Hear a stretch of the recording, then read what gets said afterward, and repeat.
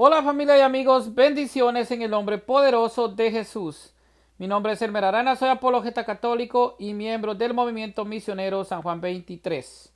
En esta oportunidad quiero hablarles un poco acerca de situaciones que se están incrustando en la iglesia, algunos movimientos cismáticos, herejías y apostasía que se está dando dentro de la iglesia. Hay mucho relativismo, hay teología liberal, hay modernismo, hay testudos, hay lefebristas y hay sedevacantistas, entre otros. Así es de que esta situación está condenado por el Código de Derecho Canónico en el numeral 751 que vamos a leer. Pero antes que nada voy a definir qué es una herejía. Herejía es una doctrina que se opone inmediata, directa y contradictoriamente a la verdad revelada por Dios y propuesta auténticamente como tal por la iglesia. O sea, es la revelación que Dios ha dado a la iglesia. Recordemos que Jesucristo, al instituir su iglesia sobre Pedro, le confiere el poder total y lo hace árbitro de la doctrina, que es la línea medular de la fe, sobre la cual funciona la vida de la iglesia a través de los siglos. O sea, la iglesia tiene la verdad porque Dios le dio a la iglesia la revelación y la verdad. Entonces, vamos a ver realmente que el numeral 751 nos habla de estas tres figuras en lo que es el Código de Derecho Canónico. Estas tres figuras que es la herejía, la apostasía y lo que es el cisma. El cisma, la herejía y la apostasía en el derecho canónico. Entonces los invito a leer el numeral 751. Ahí nos va a especificar exclusivamente estas pues figuras.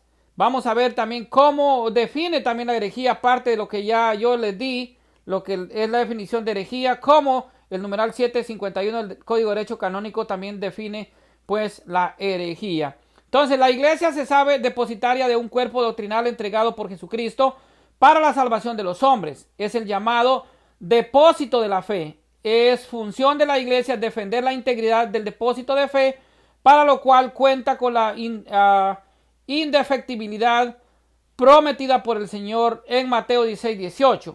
Y yo a mi vez te digo que tú eres Pedro y sobre esta piedra edificaré mi iglesia. Y en Mateo 28:20 que Jesucristo dice, yo estaré con ustedes todos los días hasta el fin del mundo. Por ello, uno de los elementos de esta función de la iglesia consiste en señalar aquello que no está incluido en el depósito de la fe. O sea, la iglesia es depositaria de la fe. La iglesia además tiene la misión de difundir el propósito de la fe entre los hombres, para lo cual es consciente de que la verdad que la iglesia enseña se propone, no se impone, se propone, o como dice el Concilio Vaticano II, la verdad no se impone de otra manera, sino por la fuerza de la misma verdad, que penetra suave y fuertemente en las almas.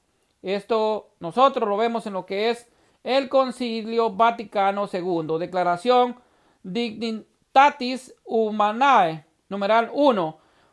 Forma parte de la doctrina de la Iglesia el derecho de la inmunidad de coacción en esta materia, de tal manera que en materia religiosa ni se obligue a nadie a obrar contra su conciencia, ni se le impida que actúe conforme a ella, en privado y en público, solo asociado con otros dentro de los límites debidos. Declaración Dignitatis Humanae numeral 2. Nadie puede ser coaccionado para abrazar las enseñanzas de la Iglesia, pero la Iglesia tiene el derecho de indicar cuál es el cuerpo doctrinal al que deben adherirse a quienes quieran considerarse pues católicos. Ahora vamos a hablar lo que nos compete y lo que dije al principio: el cisma, la herejía y lo que es la apostasía.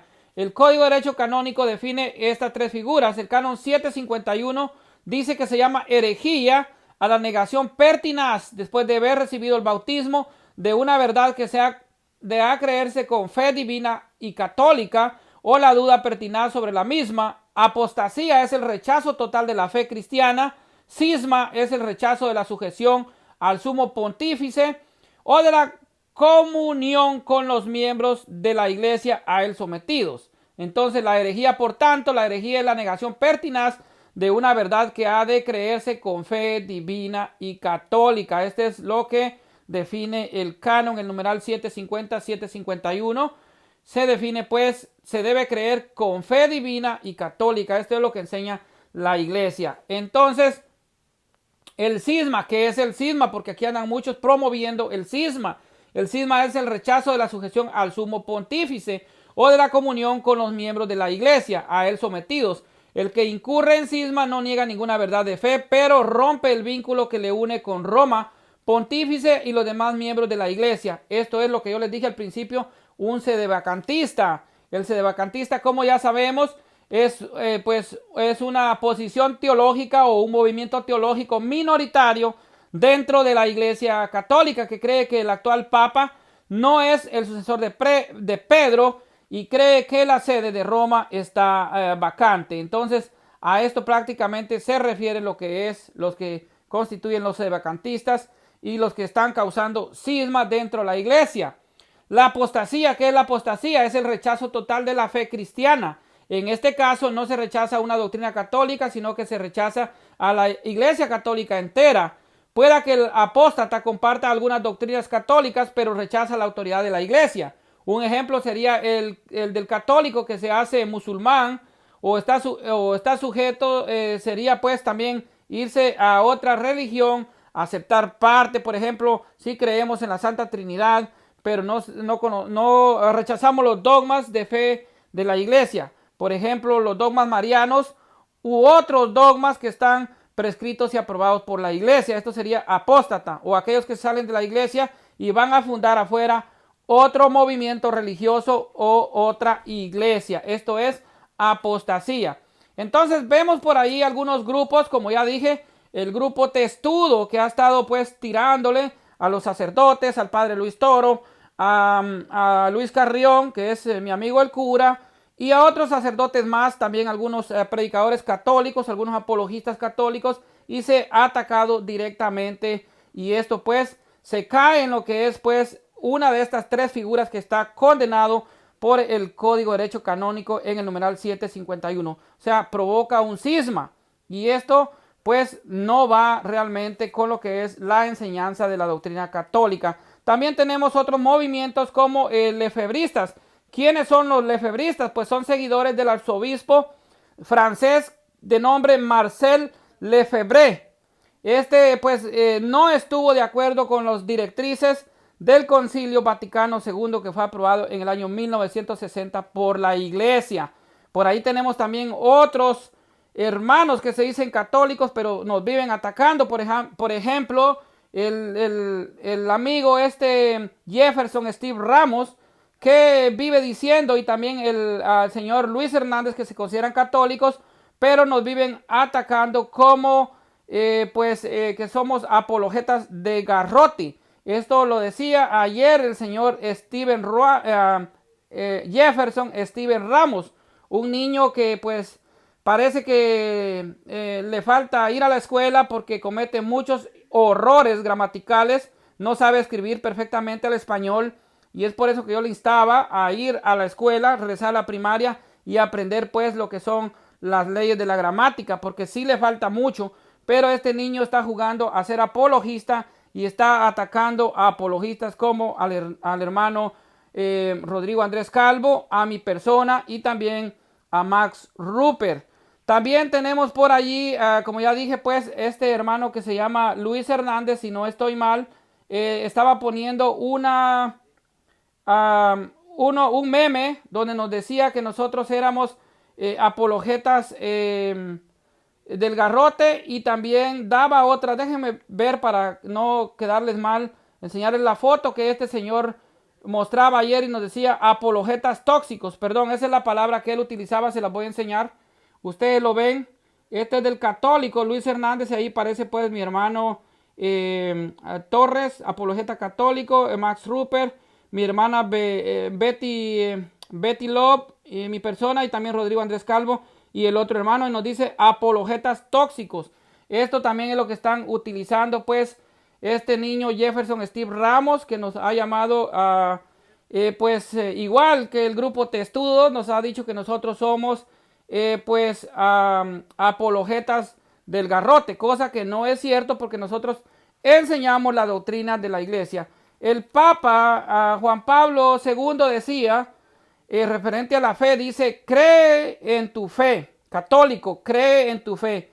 Vive tu fe, ama tu fe y defiende tu fe. Si un padre de la iglesia, un sucesor de Pedro la iglesia, un obispo de Roma como el Papa San Juan Pablo II nos instaba a creer, a vivir, a conocer, a amar y a defender la fe, ¿por qué nosotros debemos de hacerle caso a estas personas que nos viven atacando y que se llaman, pues, ellos mismos se llaman católicos, pero que el numeral el 751 del Código de Derecho Canónico pues los nombra pues dentro de las figuras que son cisma, apostasía y también el otro que es herejía, en lo que estos grupos realmente pues están cayendo. Entonces nosotros vemos aquí que hay mucho relativismo, hay mucha teología liberal, hay mucho modernista, hay, como ya dije, pues está este grupo testudo que sí está atacando duramente a los sacerdotes, principalmente pues el que es líder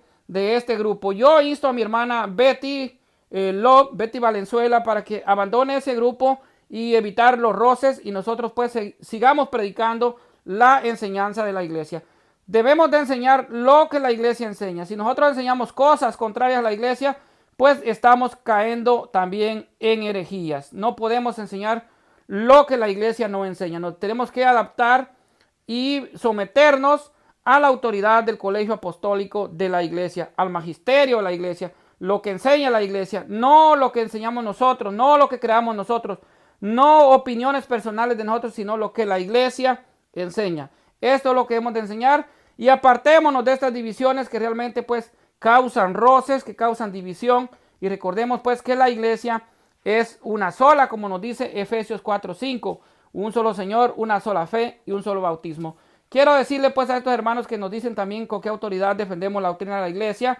Quiero decirle que el numeral 1303 nos dice, por este hecho la confirmación, hablando de lo que es la confirmación, que es el sacramento de confirmación de la fe católica, dice, por este hecho la confirmación confiere crecimiento y profundidad a la gracia bautismal. Nos introduce más profundamente en la filiación divina que nos hace decir Abba, Padre. Romanos 8:15.